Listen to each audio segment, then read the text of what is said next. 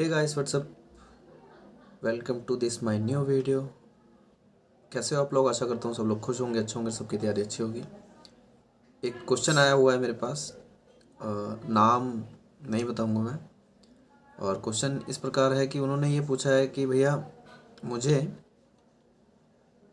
कुछ समझ नहीं आ रहा है जीवन में कि क्या करूँ। काफ़ी सालों से मैं एग्ज़ाम की तैयारी कर रहा हूँ, बहुत सारे एग्ज़ाम दिए और सफलता से बहुत निकटतम पहुंचकर बहुत दूर हो जाता हूँ। और अभी जीवन में कुछ समझ नहीं आ रहा है, अपनी ज़िंदगी को त्यागने का मन कर रहा है।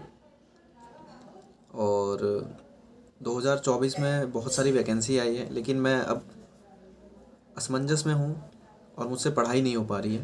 मैं अपने लक्ष्य को कैसे पाऊँ, मैं अपने आप को ठीक कैसे करूँ, मैं वापस से पढ़ाई कैसे शुरू करूँ।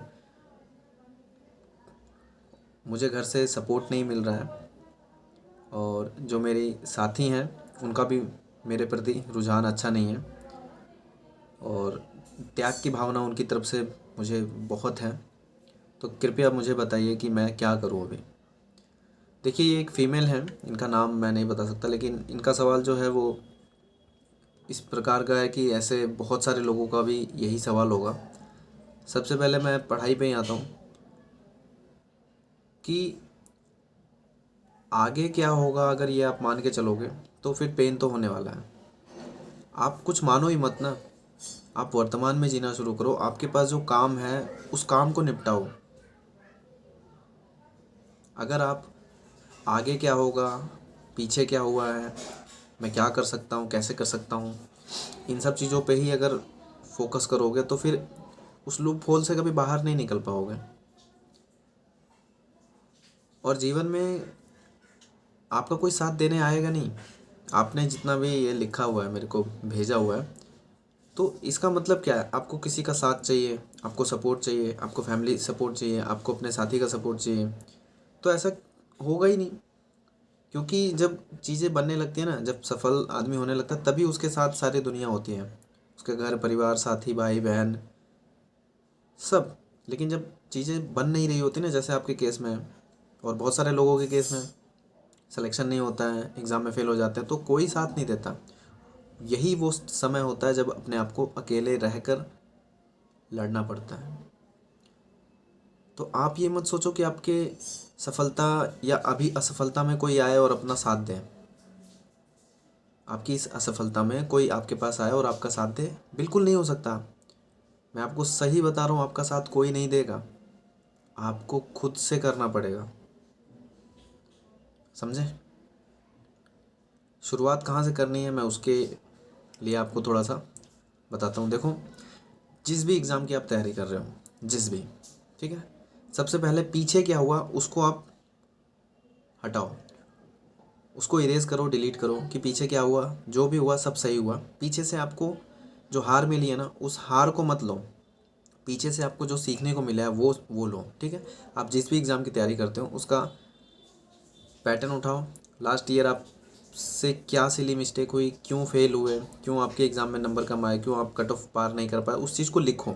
और बाकायदा अच्छे तरीके से लिखो कॉपी में अपने, कि मैंने इस विषय पे अच्छे से काम नहीं किया था, मैंने मैथ में थोड़ी कोताहल बरती थी, विज्ञान को अच्छे से नहीं पढ़ा, biology, physics, chemistry, reasoning, English, Hindi, कोई भी एक सब्जेक्ट होगा या दो होंगे या पूरा का पूरा ये आपका होल सिलेबस होगा, आपने सिलेबस ही नहीं कंप्लीट किया हो, ऐसा भी हो सकता है। तो सबसे पहले उस कमी को लिखो, ठीक है। पहले तो आप फिक्स करो कि आपका लक्ष्य क्या है।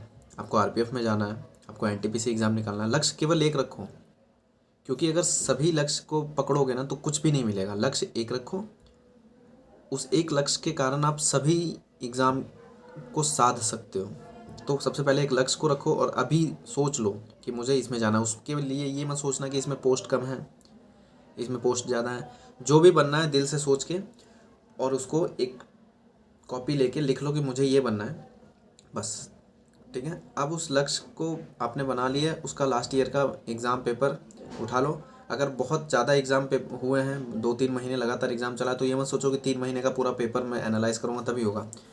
लास्ट ईयर के 2 से 4 क्वेश्चन पेपर या 5 क्वेश्चन पेपर अगर ज़्यादा हुए हैं तो 8 से 10 क्वेश्चन पेपर का एनालाइज करो, और कम हुए हैं तो 2 से 3 पेपर क्वेश्चन पेपर को उठाओ और एनालाइज करो कि क्या आपसे गलती हुई, और आपका जो एग्ज़ाम था, आपने जो सेट दिया था उसी सेट को उठा लो और उसी पे एनालाइज करो कि आपके एग्ज़ाम में आप जब पेपर दे रहे थे तो आपसे गलती क्या क्या हुई, आपको क्या नहीं आ रहा था, उस चीज़ को लिखो। ठीक है। अब मुझे नहीं पता कि आपकी कमियां कहाँ हैं, लेकिन मैं आपको एक सारांश बता सकता हूँ कि अगर आपने सिलेबस नहीं ख़त्म किया तो सबसे पहले सिलेबस पढ़ो। कहाँ से पढ़ना है? यूट्यूब पढ़ा हुआ है, पेड कोर्स पढ़े हुए हैं बहुत सारे, कोई भी खरीदो। कोई भी का मतलब है कोई भी, क्योंकि कोई सी टीचर, कोई किताब कारण नहीं बनती आपकी सफलता का। आपकी सफलता का कारण आप ही बनते हो। आप निम्न स्तर का वीडियो कोर्स लेके भी सिलेक्शन ले सकते हो, निम्न स्तर की किताबें को भी उठा के। अब मैं जो कह रहा हूँ निम्न स्तर, ये मेरी गलती है कि किसी भी किताब को निम्न स्तर मैं कह रहा हूँ, लेकिन कोई भी किताब निम्न स्तर की है ही नहीं। ये आपके ऊपर है, आप निम्न स्तर की तैयारी कर रहे हो या उच्च स्तर की तैयारी कर रहे हो। समझे? तो आप तैयारी कैसे करोगे ये आपको ही जानना है। आप कोई भी पेड कोर्स ले लो, कोई भी यूट्यूब पे किसी को भी फॉलो करो और अपने से मेहनत करना शुरू करो। समझे? और जो भी पहले हुआ उसको भूल जाओ, छोड़ दो, क्योंकि असफलता में ही सब साथ छोड़ के जाते हैं। इसको मान लो। और अगर साथ छोड़ के गए हैं तो थोड़ा मुस्कुराओ, क्योंकि अगर कोई साथ छोड़ के गया है तो आप हल्के तो हुए हो, नहीं तो सबको अपने साथ लेके चलना पड़ता है, कितना भारी लगता है। अब अकेले पढ़े हो, बहुत हल्के हो, एकदम जम के मस्त तरीके से पढ़ाई कर सकते हो, जम के तैयारी कर सकते हो, जम के एग्ज़ाम निकाल सकते हो। एग्ज़ाम निकालने के बाद पूरी की पूरी बारात आपके पीछे आ जाएगी।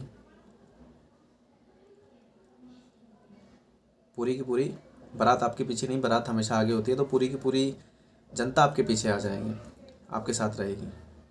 समझे? और दिमाग से जितनी ज़्यादा चीज़ें सोचोगे ना, उतना ही ज़्यादा आपको बर्डन लगेगा। इसलिए सोचो कम, करो ज़्यादा। करने के लिए भी दिमाग से सोचना पड़ता है। तो आप इस चीज़ को टैकल इस तरीके से कर सकते हो कि आप एक कॉपी लो, एक पेन लो और लिखना शुरू कर दो। जो भी करना चाहते हो सिर्फ लिखो, सोचो मत, क्योंकि सोचने से डिप्रेशन मिलता है और कुछ नहीं मिलता।